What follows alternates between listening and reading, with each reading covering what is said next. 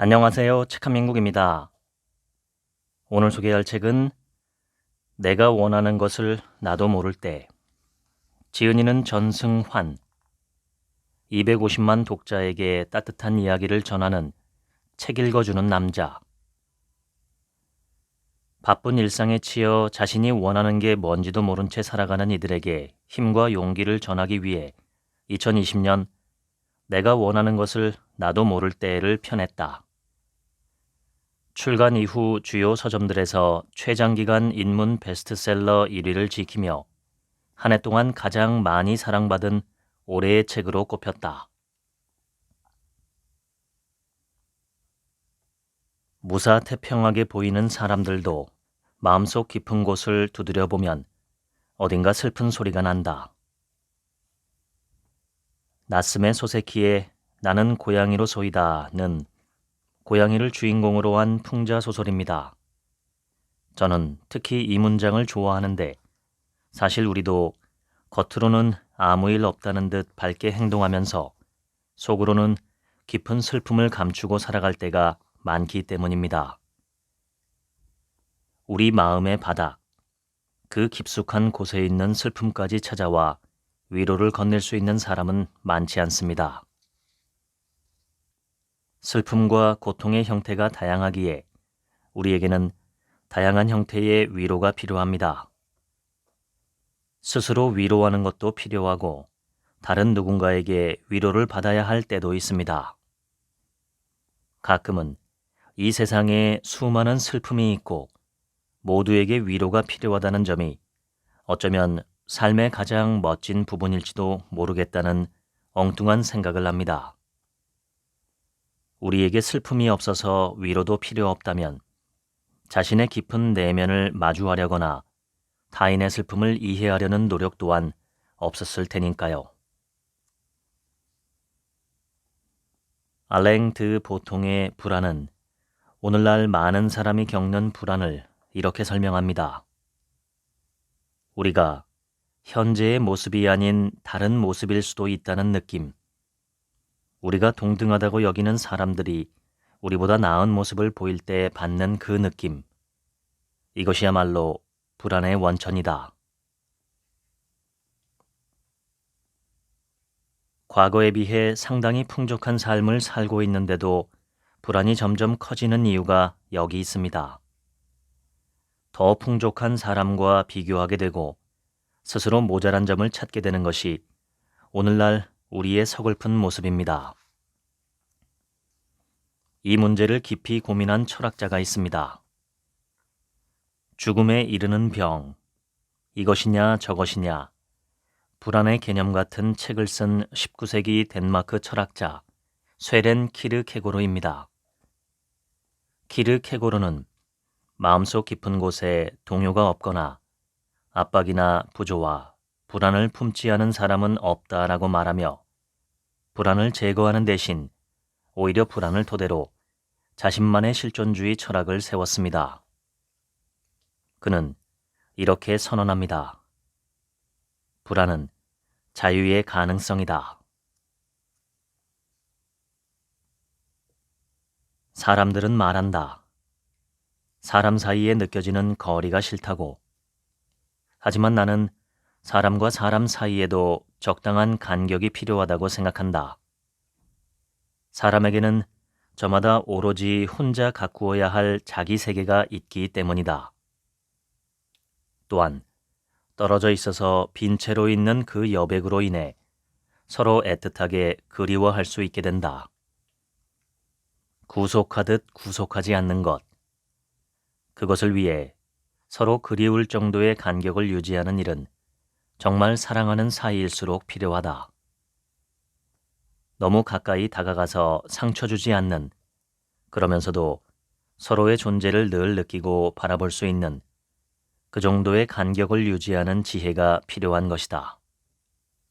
나는 나무들이 올곧게 잘 자라는 데 필요한 이 간격을 그리움의 간격이라고 부른다. 서로의 체온을 느끼고 바라볼 수는 있지만 절대 간섭하거나 구속할 수 없는 거리. 그래서 서로 그리워할 수밖에 없는 거리. 우종영 작가의 에세이 나는 나무처럼 살고 싶다의 한 구절입니다. 사람에게 상처를 받거나 상처를 주게 될 때 저는 이 문장을 되새기며 관계의 적절한 거리에 대해 고민합니다. 사람 사이의 관계와 거리를 인류학자 에드워드 홀은 개체 공간이라는 개념으로 설명했습니다. 모든 개체는 자신의 주변에 일정한 공간을 필요로 하고 다른 개체가 그 안에 들어오면 긴장과 위협을 느낀다고 합니다. 가족과는 20cm, 친구는 46cm, 회사 동료와는 1, 2m 정도의 거리가 있을 때 안정감을 느낀다는 거죠. 이는 단지 물리적 거리만 말하는 게 아니라 정신적 거리도 포함합니다. 아무리 친한 관계라 하더라도 적절한 거리는 필요하죠. 가까운 사이라고 함부로 그 거리를 침범하면 안 됩니다.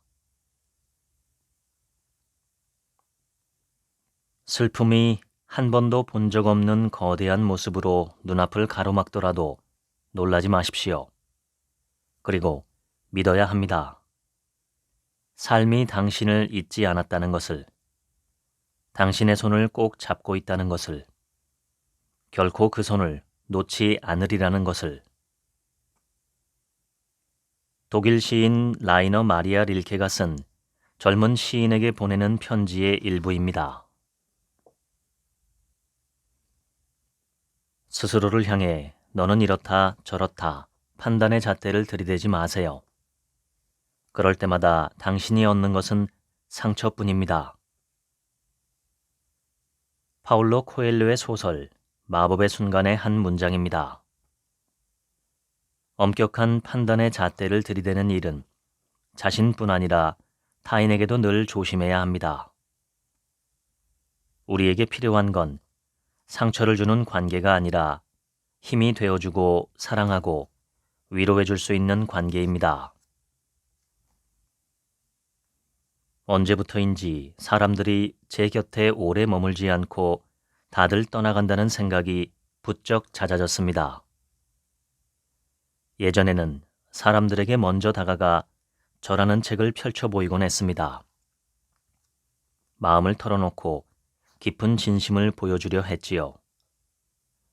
하지만 속마음까지 털어놓는 걸 부담스러워하며 멀어진 사람도 있었고 가까운 사람과 오해가 생겨 사이가 틀어지는 일도 있었습니다. 한때 아주 가까웠으나 이제 다시는 보지 않게 된 사람. 기억에서도 어렴풋하게 희미해진 사람을 생각하면 가끔 허전해집니다. 오늘날 우리는 인터넷과 스마트폰을 통해 24시간 다른 사람과 밀접하게 연결돼 있고 하루에도 수많은 사람과 연락을 주고받습니다.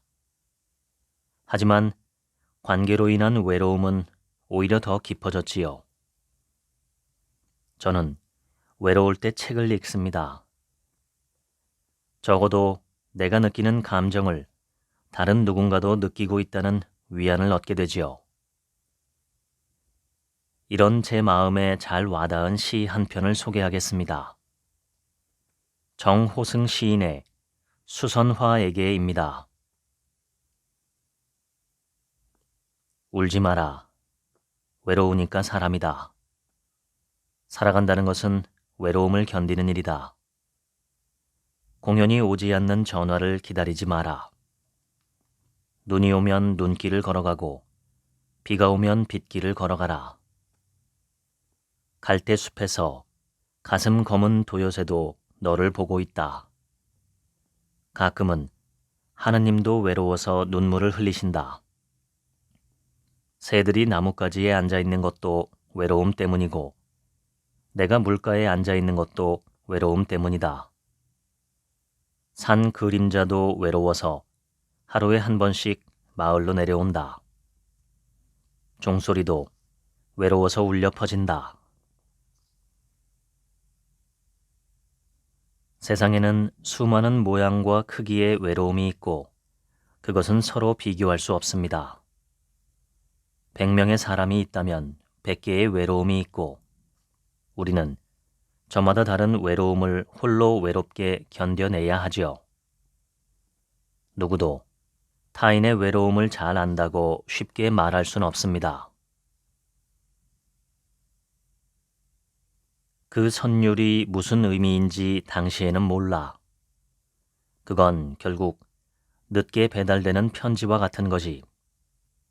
산 뒤에 표에 적힌 출발 시간을 보고 나서야 그 기차가 이미 떠났다는 사실을 알게 되는 기차표처럼 우리는 지나간 뒤에야 삶에서 일어난 일들이 무슨 의미인지 분명히 알게 되며 그 의미를 알게 된 뒤에는 돌이키는 게 이미 늦었다는 사실을. 대부분 사랑했던 사람과 이별한 경험이 있을 겁니다. 이럴 땐 잘못했던 일만 생각나고 시간을 되돌리고 싶고 후회가 되지요. 위에서 인용한 김현수 작가의 소설 내가 누구든 얼마나 외롭든의 문장은 이런 감정을 너무나도 잘 표현하고 있습니다. 우리는 현재에 충실하지 못할 때 후회하게 됩니다. 정신분석학자이자 사회심리학자인 에리 프롬은 사랑의 기술에서 이렇게 말합니다. 정신을 집중한다는 것은 전적으로 현재에, 지금 여기에 살고 있다는 것. 따라서 지금 무엇인가 하고 있으면서 다음에 해야 할 일은 생각하지 않는다는 뜻이다. 현재에 충실해야 후회하지 않을 수 있다는 말은 꼭 사랑에만 국한되는 이야기는 아닙니다. 어쩌면 인생 자체를 살아갈 때도 똑같지요. 평생 가난한 떠돌이 노동자로 살아가면서 사회와 인간을 읽는 통찰력 있는 책을 여럿 남긴 한 철학자는 이런 메시지를 전합니다. 나는 도시에서 도시로 이어지는 길로 나서야 한다. 도시마다 낯설고 새로울 것이다. 도시마다 자기 도시가 최고라며 나에게 기회를 잡으라고 할 것이다.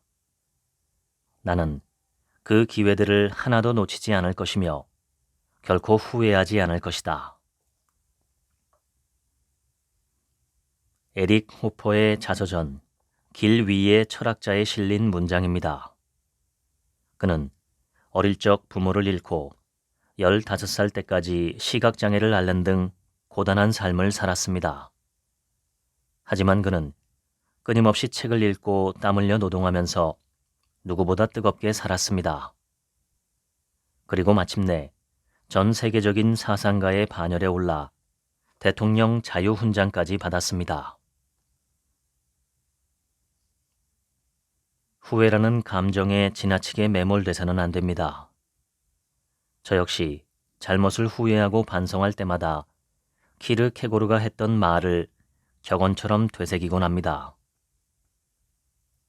인생은 뒤돌아볼 때 비로소 이해되지만 우리는 앞을 향해 살아야만 하는 존재다. 인생의 행복은 별다른 게 아닙니다. 따뜻한 차 한 잔의 여유를 아는 삶, 나아가 좋은 사람과 그 시간을 함께 나누는 삶이 바로 행복한 삶이겠지요. 이렇게 사람들과 차를 나누는 일의 사회적 의미에 대해 말하는 책도 있는데 바로 인류학자 김연경의 사람, 장소, 환대입니다. 환대란 타자에게 자리를 주는 것 또는 그의 자리를 인정하는 것, 그가 편안하게 사람을 연기할 수 있도록 돕는 것, 그리하여 그를 다시 한번 사람으로 만들어주는 것이다. 사람이 된다는 것은 사회 안에 자리를 갖는다는 것 외에 다른 게 아니기 때문이다. 사람을 연기하려면 최소한의 무대장치와 소품이 필요하다. 이 책은 인간이라면 누구나 가지고 있는 존엄성이 서로에게 사람 대접을 할 때 생겨난다고 말합니다. 우리가 환대를 받고 환대를 할 수 있는 사회일 때에야 비로소 인간의 존엄성을 말할 수 있다는 메시지가 마음속 깊이 다가왔습니다. 심리치료사 크리스텔 프티콜랭의 저서 나는 생각이 너무 많아는 우리가 편하고 행복하게 살고 싶다면 가장 먼저 자기 자신을 돌보고 사랑하라고 말합니다. 자기 사랑이 가장 먼저다. 자존감의 중심에는 무조건적인 자기 사랑이 있다. 자기애는 자존감의 가장 뿌리 깊은 토대다. 사람은 자기에 대한 사랑으로 인생의 모든 시련을 버텨낸다. 내 문제가 아닌 다른 문제로 생각이 너무 많거나 신경 쓰지 않아도 될 일에 여유를 뺏겨 정작 자신을 돌보지 못한다면 삶은 불행해집니다. 행복과 불행은 결국 스스로 만드는 것입니다.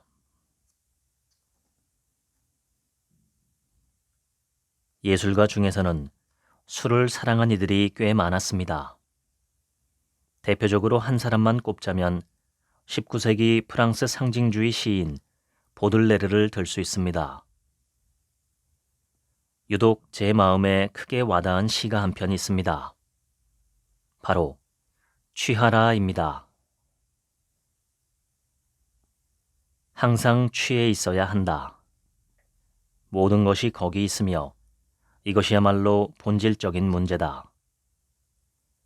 어깨를 짓누르고 허리를 구부리게 하는 시간이란 신의 두려운 짐을 느끼지 않으려면 계속 취해 있어야 한다. 그렇다면 무엇에 취할 것인가? 술이든 시든 미덕이든 그대 마음이 가는 대로 다만 계속 취하라. 그러다 종종 궁전 계단에서 개울가의 푸른 풀밭에서 그대의 방한 적막한 고독 속에서 그대가 깨어나 취기가 줄어들거나 사라지거든 물어보라. 바람에, 물결에, 별에, 새에, 시계에, 지나가는 모든 것에, 울부짖는 모든 것에, 흘러가는 모든 것에, 노래하는 모든 것에, 말하는 모든 것에, 지금이 몇 시인지 물어보라. 그러면 바람이, 물결이, 별이, 새가, 시계가 그대에게 대답하리라. 지금은 취할 시간이다. 시간에 학대받는 노예가 되고 싶지 않거든 취하라. 항상 취해 있으라. 술이든 시든 미덕이든 그대 마음이 내키는 대로. 몇 년 전 회사와 집을 오가는 반복적인 일상에 지치고 미래에 대한 불안으로 힘들 때였습니다. 어느 날 갑자기 엉뚱한 생각이 들었습니다. 그야말로 고민과 걱정의 아이콘이라 할 수 있는 햄릿을 꺼내 읽으면 해결법을 찾을 수 있지 않을까 하는 생각을 한 거죠. 그렇게 밤마다 햄릿의 책장을 넘기다 이 문장을 만나게 됐습니다. 마음속에 있는 것을 함부로 입 밖에 털어놓지 마라. 엉뚱한 생각을 언동에 옮기지 마라. 친구는 사귀되 절대 가깝게 대하지 마라. 일단 친구를 사귀어서 진정한 우정이 보이면 쇠사슬로 자기 마음에 꽁꽁 묶어둬라. 그렇다고 머리에 피도 안 마른 풋병아리들과 악수하느라 손바닥 감각만 잃게 하는 그런 일은 말아라. 무엇보다 자기 자신에게 충실하라. 그렇게 되면 밤이 낮을 따르듯 기필코 너 자신도 남에게 성실해질 것이다. 폴로니어스가 자기 아들에게 해준 조언인데 저에게는 무엇보다 자기 자신에게 충실해라 라는 문장이 크게 와닿았습니다. 제가 정말로 바라는 게 뭔지 차분히 살펴보게 됐죠. 사소하지만 즐겁게 꾸준히 할 수 있는 무언가가 있다는 것. 이것이 바로 행복을 찾는 비밀 열쇠입니다. 헨리 데이비드 소로는 월든에서 이렇게 말합니다. 우리가 소박하고 현명하게 산다면 이 세상에서의 삶은 고된 시련이 아니라 즐거운 유희가 될 것이다. 나는 이것을 신념과 경험을 통해 확신한다. 철학자이자 아들러 심리학의 전문가인 기시미 이치로는 사랑의 기초가 상대에게 관심을 가지는 데 있다고 말합니다. 상대에게 관심을 갖는다는 건 그 사람의 일상 속 사소한 일들을 알고 싶다는 뜻이죠. 점심은 먹었는지, 지금 기분은 어떤지, 오늘 하루 별일은 없었는지 계속 궁금한 겁니다. 우리 인생의 대부분을 차지하는 건 사소하고 평범한 일상입니다. 청춘은 별다른 이유 없이 웃지만 그것이 바로 그들이 가진 커다란 매력 가운데 하나다. 오스카 와일드의 이 말처럼 그저 이유 없이 웃는 것조차 매력이 되고 매사 서투를 수밖에 없는 모습조차 아름다운 시기. 바로 청춘입니다. 지금 그 아름다운 시절을 보내고 있는 이들에게 들려주고 싶은 시가 한 편 있습니다. 그대의 집이 노래하며 사랑하고 웃고 울도록 하라. 바로 그곳에서 살아야 하고 지붕을 가리고 그대 삶의 경계를 세워야 한다. 고요한 동굴에 겨우 한숨소리만 건네면서 그대의 어두운 내면의 사유 속에 막연하면서도 온유한 삶과 헤아릴 수 없는 시간들을 비춰보면서 또한 그와 동시에 되는 대로 엄숙하고도 방랑벽 있는 그대의 환상을 따라 세상을 지나 그대에게서 멀리 그대의 진홍빛 지평선 너머로 그대의 시가 눈부신 햇살 아래 나아가게 하라.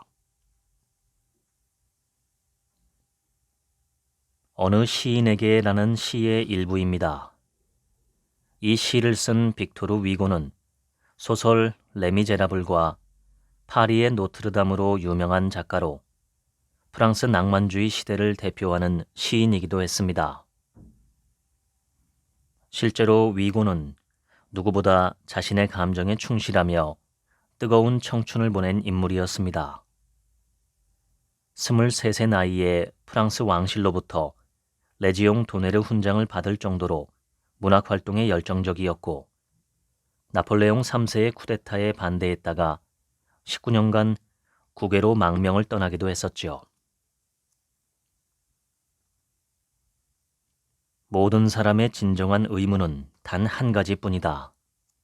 바로 자기 자신에게로 가는 것. 모두가 관심을 가져야 할 일은 어떻게 돼도 좋은 운명 하나가 아니라 자신만의 운명을 찾아내는 일이며 그 운명을 자기 자신 속에서 온전하고 왜곡되지 않게 그대로 다 살아내는 일이다. 헤르만 헤세의 데미안은 우리가 정말 관심을 가져야 할 것이 오로지 내 생각과 취향, 삶과 태도라는 사실을 일깨워줍니다. 타인과 사회가 재단한 틀에 억지로 맞추지 말고 자신만의 운명을 찾아내야 한다는 거죠. 인생에서 너무 늦은 때란 없습니다를 쓴 모지스 할머니는 어려서부터 화가가 되고 싶었지만 환경이 여의치 않았습니다. 그래서 76이 되어서야 처음으로 그림을 그리기 시작했지요. 모두가 너무 늦었다고 말했지만 모지스 할머니는 콧방귀도 뀌지 않았습니다.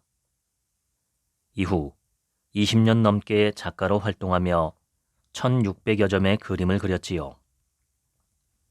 93살 때는 타임지의 표지 모델이 되기도 했습니다.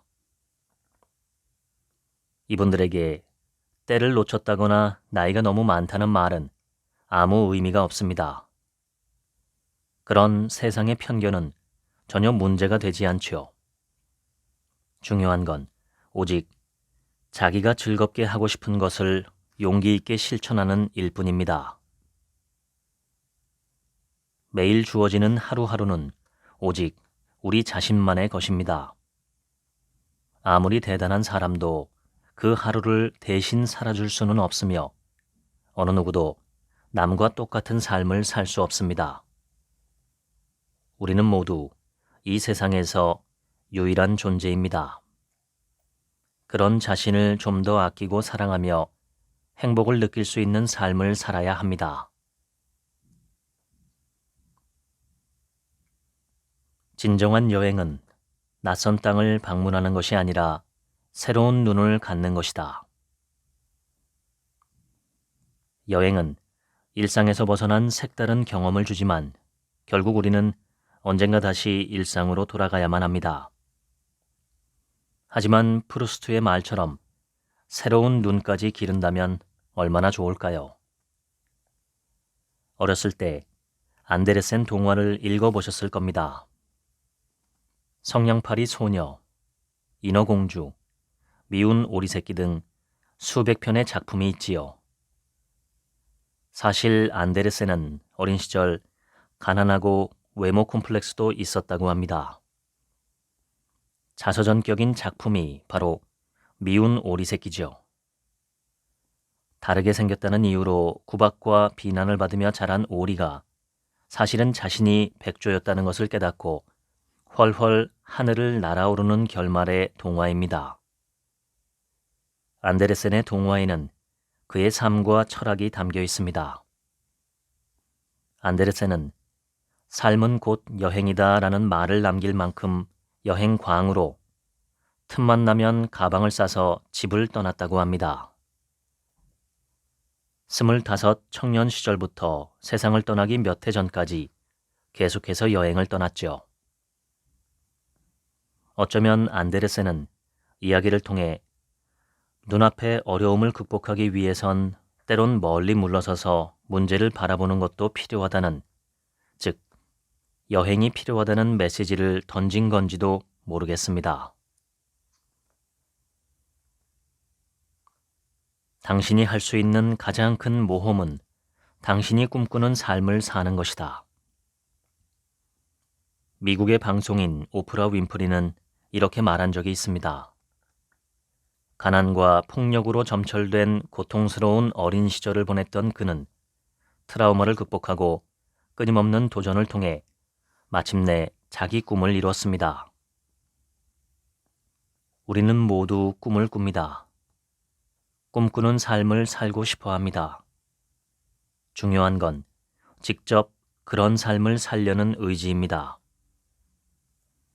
꿈을 단번에 이루는 사람은 거의 없습니다. 한 걸음씩 묵묵히 앞으로 나가다 보면 마침내 큰 결실을 맺게 되는 것이죠. 중요한 것은 지치지 않고 꾸준히 꿈을 꾸고 실천에 옮기는 겁니다. 혹시 예쁜 것을 보거나 맛있는 음식을 먹을 때 누군가를 떠올리신 적이 있나요? 그렇다면 다음의 시가 꽤나 마음에 와닿을 것 같습니다. 문득 아름다운 것과 마주쳤을 때 지금 곁에 있으면 얼마나 좋을까 하고 떠오르는 얼굴이 있다면 그대는 사랑하고 있는 것이다. 그윽한 풍경이나 제대로 맛을 낸 음식 앞에서 아무도 생각하지 않는 사람.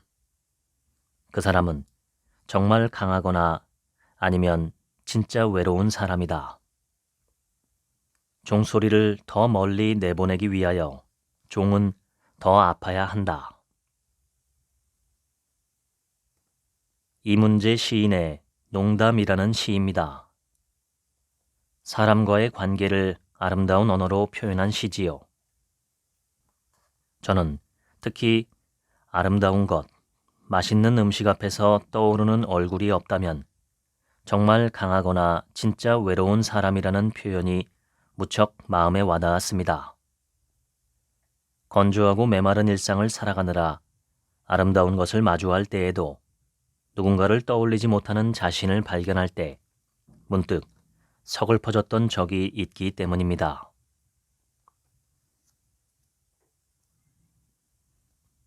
유독 밤하늘에 달이 밝게 뜬 날 생각나는 시가 한 편 있습니다. 김용택 시인의 달이 떴다고 전화를 주시다니요 입니다. 달이 떴다고 전화를 주시다니요. 이 밤 너무 신나고 근사해요. 내 마음에도 생전 처음 보는 환한 달이 떠오르고 산 아래 작은 마을이 그려집니다. 간절한 이 그리움들을, 사무쳐 오는 이 연정들을 달빛에 실어 당신께 보냅니다. 세상에, 강변에 달빛이 곱다고 전화를 다 주시다니요. 흐르는 물 어디쯤 눈부시게 부서지는 소리 문득 들려옵니다. 지금도 저는 주로 밤에 글을 씁니다. 오랜 습관이라고 할 수 있는데 밤만이 가지는 독특한 매력에 끌렸다고 할까요? 책을 읽거나 글을 쓰는 것도 낮과 밤의 느낌이 다릅니다. 하루에 한두 쪽만 읽어도 좋고 한두 문장도 좋습니다. 잠들기 전 잠시 책을 펼쳐들고 그런 문장 하나만 만날 수 있어도 좋을 것 같습니다. 영원히 반복되는 삶을 이야기한 사람이 있습니다. 철학자 니체입니다. 그는 영원 회귀라는 개념을 통해 중요한 질문을 던집니다. 내가 지금 살고 있고 살아왔던 이 삶을 다시 한번 살아가야 하고 또 무수히 반복해서 살아야만 할 것이다. 거기에 새로운 것은 없으며 모든 고통, 쾌락, 사상과 탄식, 내 삶에서 이루 말할 수 없이 크고 작은 모든 것들이 내게 다시 찾아올 것이다. 모든 것이 같은 차례와 순서로 너는 이 삶을 다시 한번 그리고 무수히 반복해서 다시 살기를 원하는가? 니체가 말하는 영원 회귀란 계속해서 과거로 돌아가 다른 선택을 할 수 있다는 뜻이 아니라 지금의 선택이 바뀌지 않은 채로 계속해서 영원히 반복되어도 좋을 만큼 최선의 선택을 해야 한다는 뜻입니다. 바로 지금 여기의 시간이 우리에게 유일하며 가장 중요하다는 뜻이죠. 아모르 파티, 내 운명을 사랑하라는 니체의 가르침 또한 이러한 맥락에서 이해할 수 있습니다.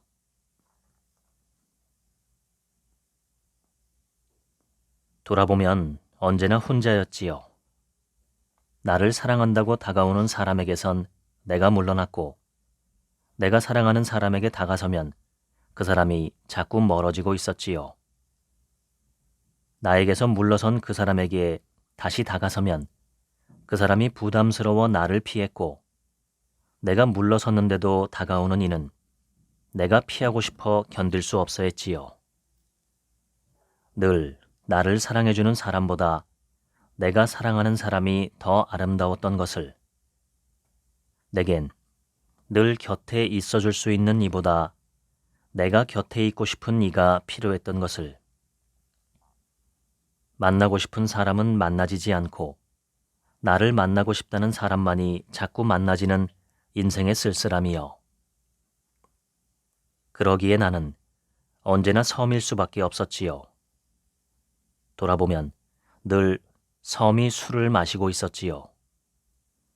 섬이 왜 우는지 아무도 몰랐고 섬이 왜 술잔을 자꾸 드는지 아무도 물어주지 않았지요.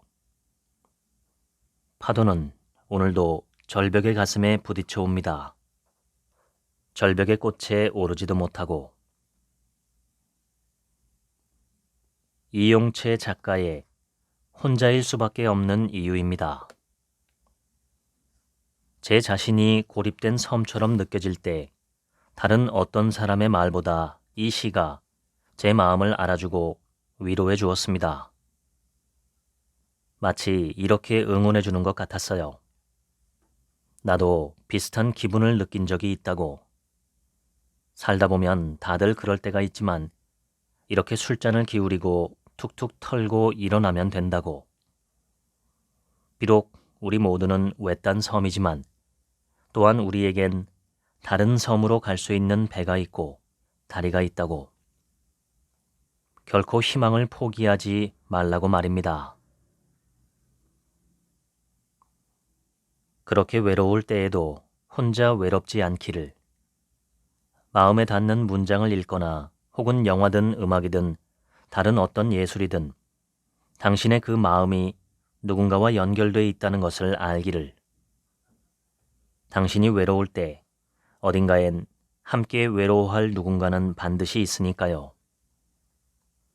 그리하여 그 외로움을 견뎌내고 나면 어느 때인가 작은 온기들이 다시금 당신 곁에 찾아올 테니까요.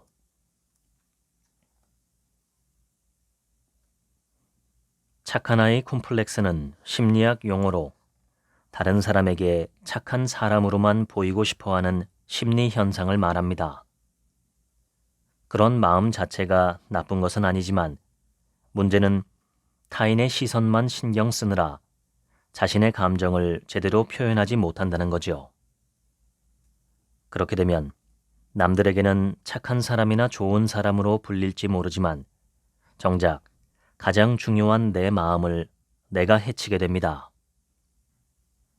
모두에게 착한 사람이 될 필요는 없습니다. 나 자신에게 먼저 좋은 사람이 되어야 해요. 먼저 있는 그대로의 나를 받아들이고 내 마음에 솔직해져야 비로소 나라는 중심을 잘 세우게 되고 관계에 마구 휩쓸리지 않게 됩니다. 중심을 잘 세우고 있어야 건강한 관계, 서로 배려하는 좋은 관계를 맺을 수 있습니다. 살다 보면 나를 끔찍이 싫어하는 사람이 한둘은 나오게 마련이다. 이를 피할 도리는 없다. 그리고 대부분의 경우 지나치게 관계가 깊어져 서로에게 어느덧 끔찍할 정도로 무거워진 덕분에 문제가 생긴다. 어머니 말씀처럼 사람이나 집이나 약간의 거리를 두어 통풍이 가능해지는 것이 중요하다. 거리라는 것이 얼마나 위대한 의미를 갖는지 사람들은 잘 모른다. 떨어져 있을 때 우리는 상처받지 않는다. 이것은 엄청난 마법이며 동시에 훌륭한 해결책이다. 소노 아야코의 에세이 약간의 거리를 둔다에는 이처럼 적절한 거리의 관계에 관한 소소하지만 단단한 통찰이 담겨 있습니다. 가족이나 연인, 친구처럼 아주 가까운 사이일수록 때로는 조금 뒤로 물러나 거리를 두고 바라보는 자세가 필요합니다. 세상에 내 마음대로만 되는 관계는 없습니다. 아무리 노력해도 가까워질 수 없는 관계도 있고 차라리 먼 거리를 유지하는 게 나을 때도 있죠. 조급해하지 말고 모든 관계에는 적당한 거리가 필요하고 때론 멀어지기도 하고 다시 가까워질 수도 있다는 사실을 받아들이면 마음도 한결 편해지고 관계에 대한 부담에서도 자유로워집니다.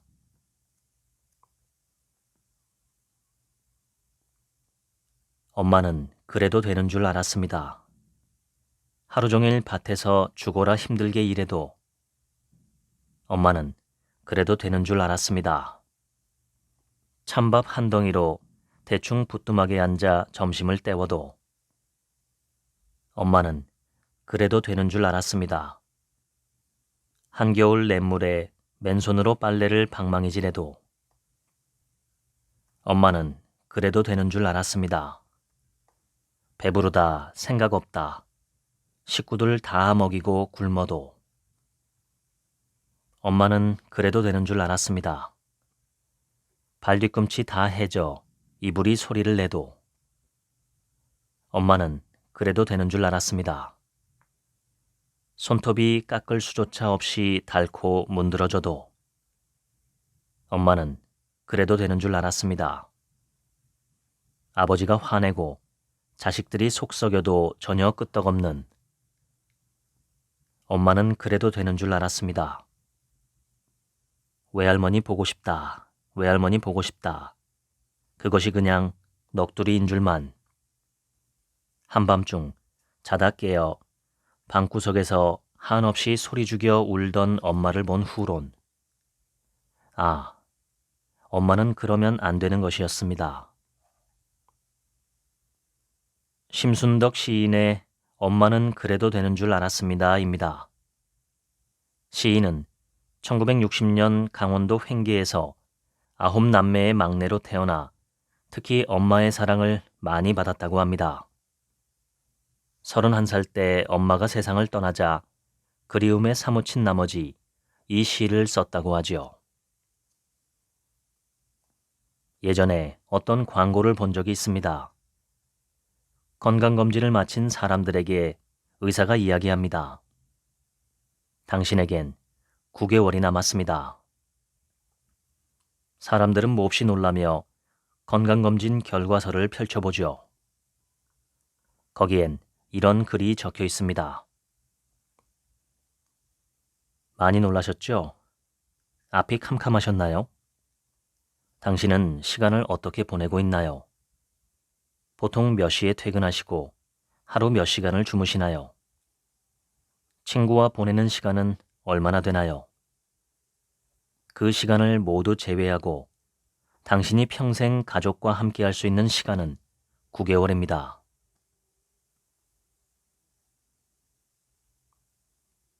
사랑이란 무엇인가? 인간이든 악마든 그 어떤 것이든 내가 붙잡고 있는 것은 사랑 외엔 아무것도 없다. 그건 세상 어떤 것보다 더 영혼을 뚫고 들어오는 것이기 때문이다. 사랑처럼 우리 심장을 가득 채우고 또 묶는 것은 없다. 소설 장미의 이름에서 움베르트 에코는 사랑에 대해 이렇게 말합니다. 남을 이해하고 사랑하는 마음도 중요하지만 그 사랑을 제대로 받아들일 줄 아는 마음도 그 못지않게 중요하다는 생각을 해본다. 누군가의 사랑을 받으면서도 그 사랑을 시큰둥하게 여기거나 아니면 그 사랑으로 인해 오만해진다면 그 사랑은 참으로 슬프고 낭비적인 사랑이다. 수필가이자 영문학자인 장영희 교수는 내 생에 단 한 번이라는 책에서 사랑의 올바른 자세를 이렇게 말합니다. 누군가에게 사랑받는 일을 당연시해서 시큰둥해지거나 오만해지는 사람은 사랑을 낭비하는 사람입니다. 만약 지금 그런 사람과 사랑하고 있다면 상처받거나 아파할 필요가 없습니다. 더 많이 사랑한 것은 잘못이 아닙니다.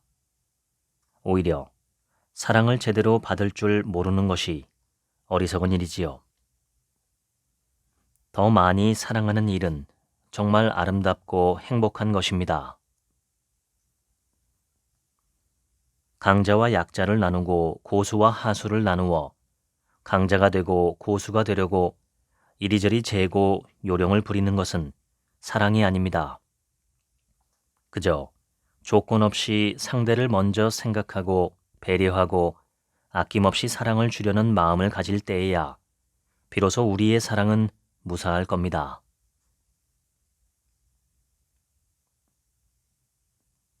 인연하면 머릿속에 떠오르는 작가가 있습니다. 시인이자 소설가, 수필가인 피천득입니다. 그의 글 중 가장 잘 알려진 것은 바로 인연의 다음 문장일 겁니다. 그리워하는데도 한 번 만나고는 못 만나게 되기도 하고 일생을 못 잊으면서도 아니 만나고 살기도 한다. 저 역시 살다 보면 정말 다양한 곳에서 의외의 인연을 만나게 됩니다.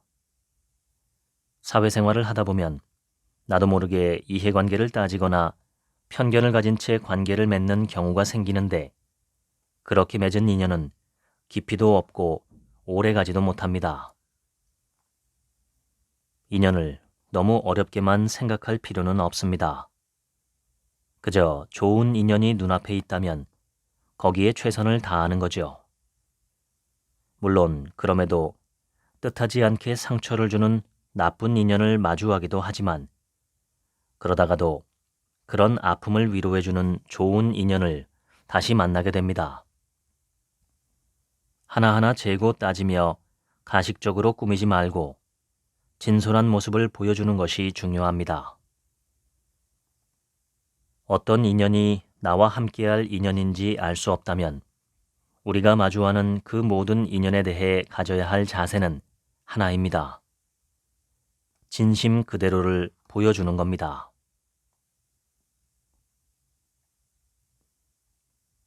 사람들은 더 이상 뭔가를 알아갈 시간도 필요로 하지 않아.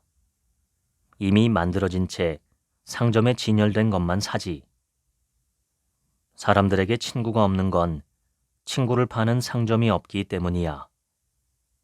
그런데도 만약 내가 친구를 원한다면 나를 한번 길들여 보렴. 사막 여우는 어린 왕자에게 조심스레 다가가 이렇게 제안을 합니다.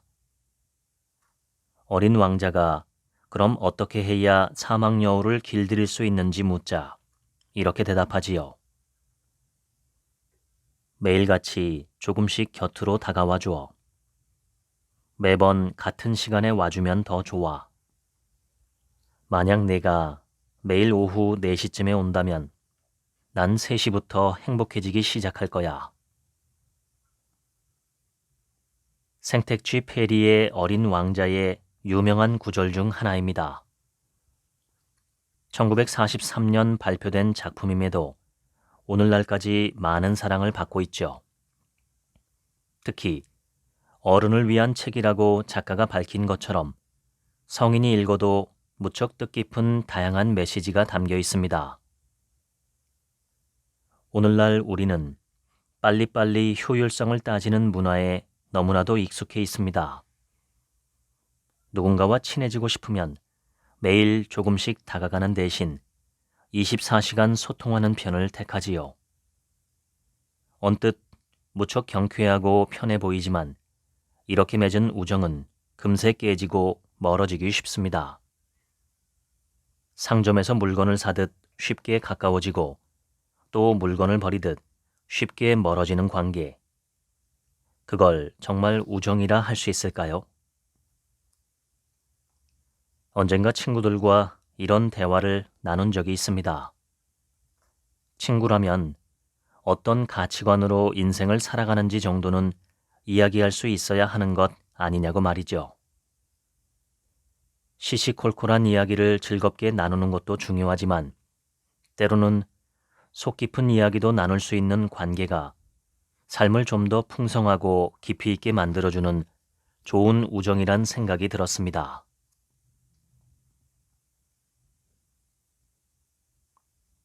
내 마음을 알아줄 거라 생각했던 이에게 이해받지 못한 경험을 저만 한 건 아닐 겁니다.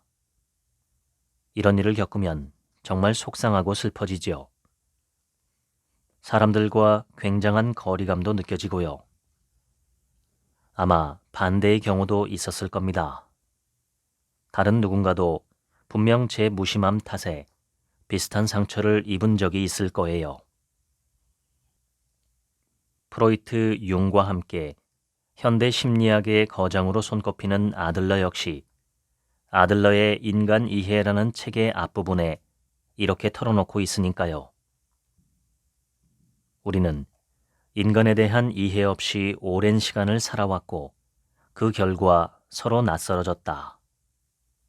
우리는 자식을 이해하지 못하겠다고 한탄하는 부모와 자기를 이해해주지 않는다고 불평하는 자녀들을 자주 본다. 대부분의 사람들은 인간 이해에 대해 무지하면서도 스스로 인간을 잘 안다고 자처하며 또한 짧은 지식을 가지고 남을 가르치려 든다. 오스트리아 빈의 한 시민 대학에서 1년간 강의한 내용을 정리한 이 책에서 아들러는 인간을 이해하는 게 굉장히 어려운 일이라고 털어놓습니다. 다른 사람을 이해하기 위해서는 스스로 인간을 잘 안다고 자처하는 대신 모든 사람은 서로 다르기에 타인을 온전히 이해하는 일이 어렵다는 것을 아는 데서 시작해야 합니다. 설령 완벽하게 이해하는 일이 불가능하더라도 계속 관심을 기울이고 이해하려 노력할 수 있다는 것. 그것이 바로 사랑입니다.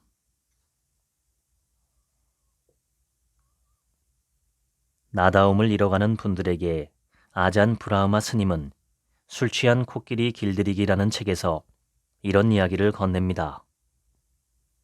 한 스님이 절을 지었습니다. 공사를 마치고 보니 한쪽 벽면에 벽돌 2장이 눈에 거슬리게 튀어나와 보였습니다. 그래서 혼자 이 벽을 허물고 다시 쌓아야 하나 날마다 걱정하고 있었죠. 벽을 지날 때마다 신경이 쓰이고 누군가 그 벽 앞에 서 있으면 한없이 부끄러워졌습니다. 그러던 어느 날 한 방문객이 절을 둘러보다 그 벽을 가만히 보더니 스님에게 정말 아름다운 벽이라며 칭찬을 했습니다. 스님은 의아한 생각이 들어 그 벽에는 벽돌 2장이 잘못 튀어나와 있다고 말했지요. 그러자 방문객은 스님을 보고 이렇게 대답했습니다. 제 눈에는 잘못 얹힌 벽돌 2장도 보이지만 그보다는 훌륭하게 잘 쌓여있는 98장의 벽돌이 훨씬 더 잘 보입니다. 누구에게나 벽돌 2장 정도의 부족함은 있기 마련입니다. 그 어떤 위대한 사람도 예외는 아니지요. 인생은 결코 완벽할 수 없으니까요. 우리는 자신만이 가진 장점을 좀 더 자랑스러워할 줄 알아야 합니다. 사랑을 주지 못하는 사람은 사랑을 받을 수도 없듯이 스스로를 불신하는 사람은 다른 사람의 인정을 받을 수도 없다. 그러므로 자기 자신에게 무한한 관용을 베풀어라. 우리 자신은 충분히 그럴 만한 가치가 있는 존재다. 적어도 나에게 나라는 존재는 그럴 만한 가치가 있다. 그리고 다른 사람의 냉정한 눈빛을 마음에 새기고 가슴 아파하기보다는 스치듯 지나간 작은 미소일지라도 긍정적인 것을 기억하라. 다른 사람의 비판적인 시선과 거부가 정말 자신을 향한 것이었는지 직접 확인하기 전에는 절대 그것을 자신의 탓이라 지레짐작하고 무조건 수긍하지 말기를 바란다. 독일 심리학자 베르벨 바르데츠키의 너는 나에게 상처를 줄 수 없다의 한 구절입니다. 저자는 나 자신에게 무한한 관용을 베풀라고 말합니다. 저는 이 말에 굉장히 큰 위로를 받았습니다. 특히 나의 단점을 지적하는 상대의 말에 무조건 수긍하지 말라는 말이 도움이 됐죠. 스스로 가치 있는 존재라고 여기면서 자신에게 무한한 관용을 베풀라는 말이 큰 힘이 됐습니다. 관용은 타인이 아닌 나 자신에게도 절실하게 필요합니다. 나는 나로 살기로 했다의 김수현 작가 역시 다음과 같이 말하고 있습니다. 내가 내린 최종적인 결론은 세상이 나의 존재를 무가치하게 여길지라도 나는 나를 존중하고 나로서 당당하게 살아가도 된다는 거였다.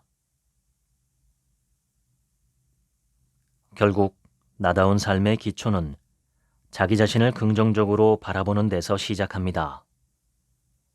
작은 단점에 매몰되어 다른 수많은 장점마저 스스로 평가절하할 필요가 없습니다.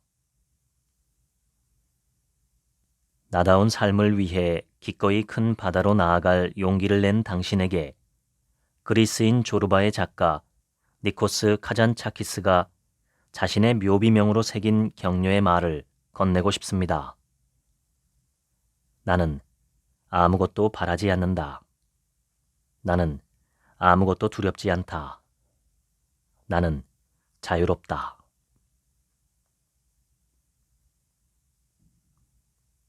철학자 자크 데리다는 데카르트의 유명한 격언을 비틀어 나는 애도한다.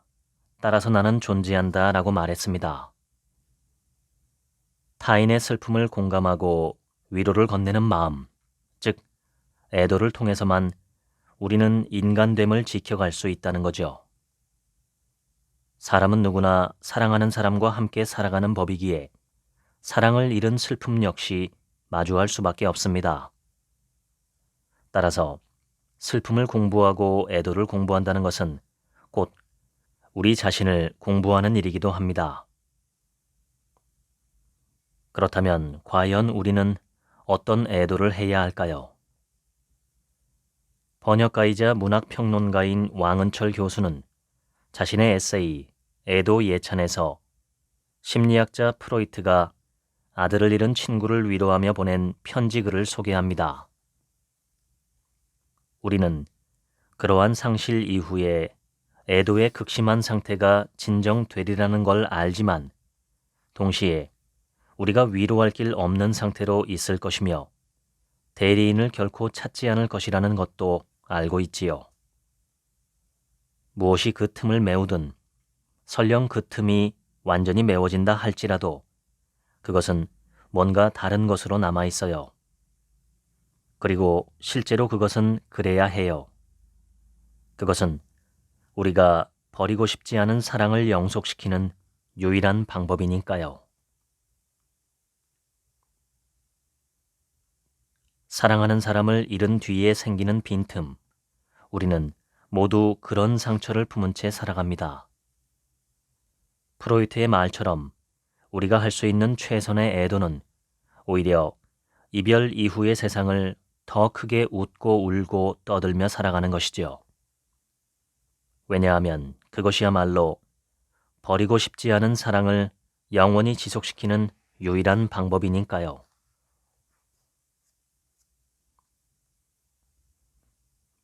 여기 커다란 풍차를 향해 돌진하는 한 남자가 있습니다. 양손에는 창과 방패를 들고 빼빼 마른 몸에는 지나치게 크고 낡을 대로 낡은 갑옷을 걸치고 있네요. 타고 있는 말도 작고 늙어서 숨을 헐떡이지만 그 기세만큼은 제법 위풍당당합니다.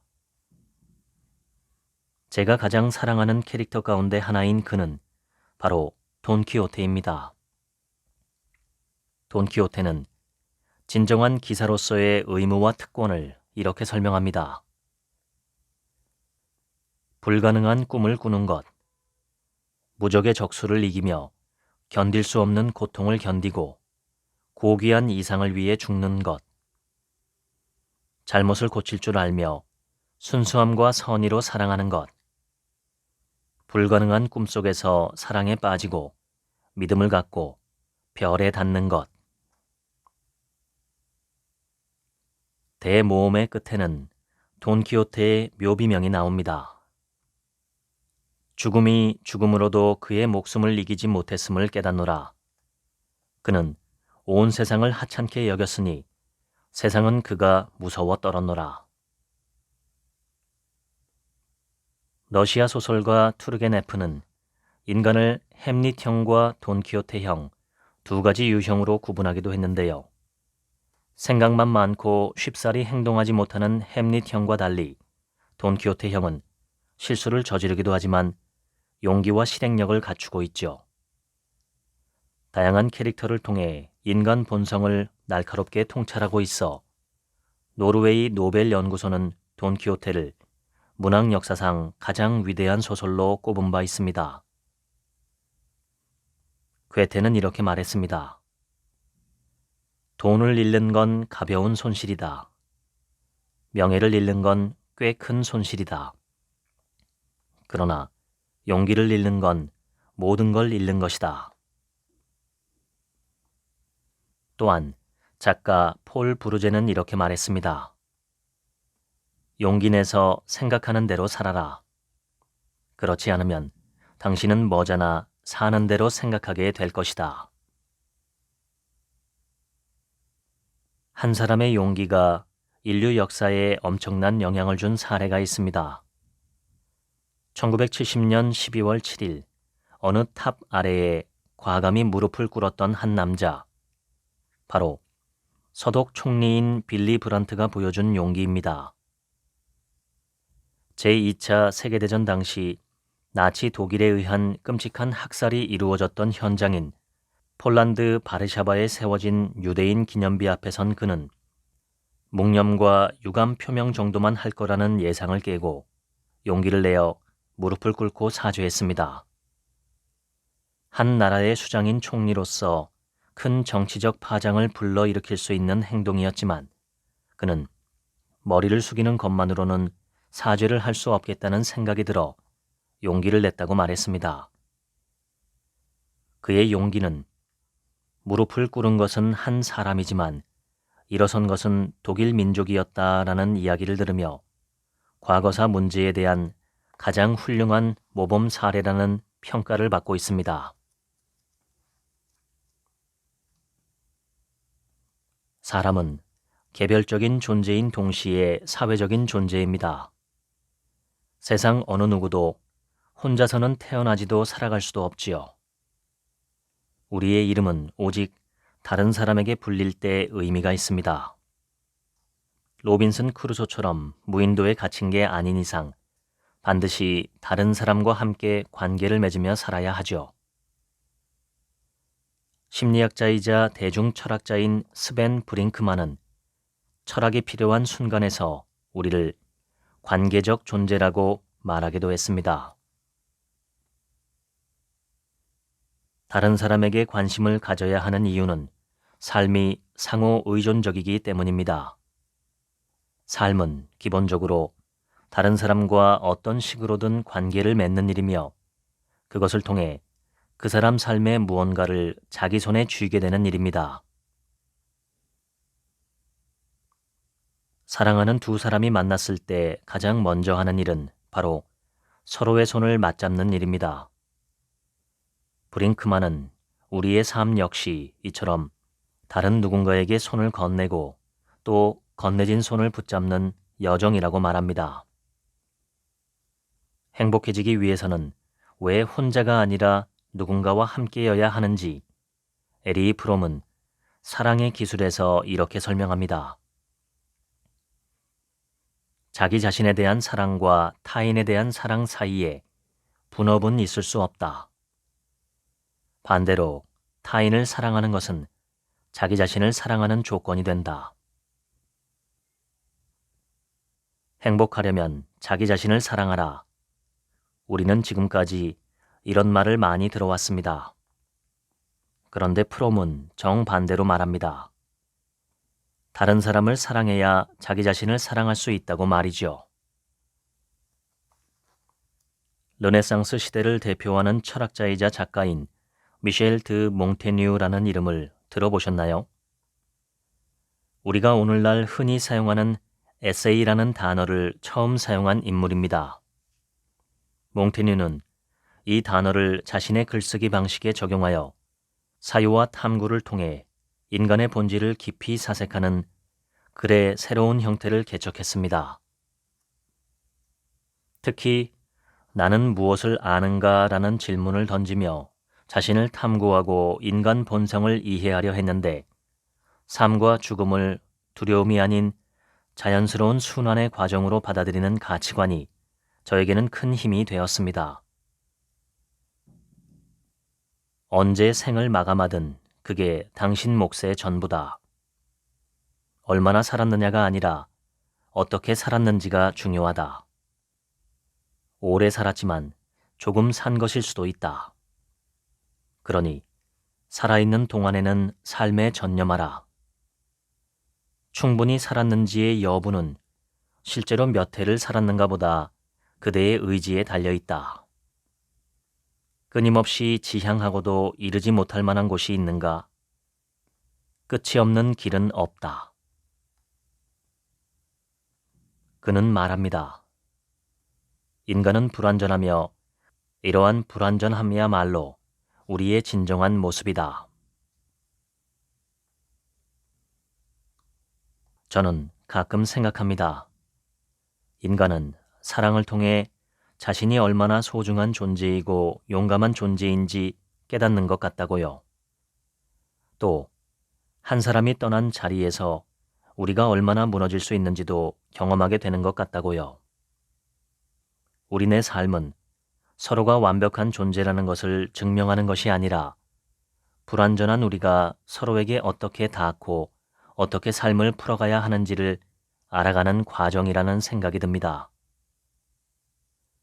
어니스트 해밍웨이의 대표작 노인과 바다의 가장 유명한 문장 하나를 들려드리면서 여러분도 삶의 희망을 가져보기를 염원합니다.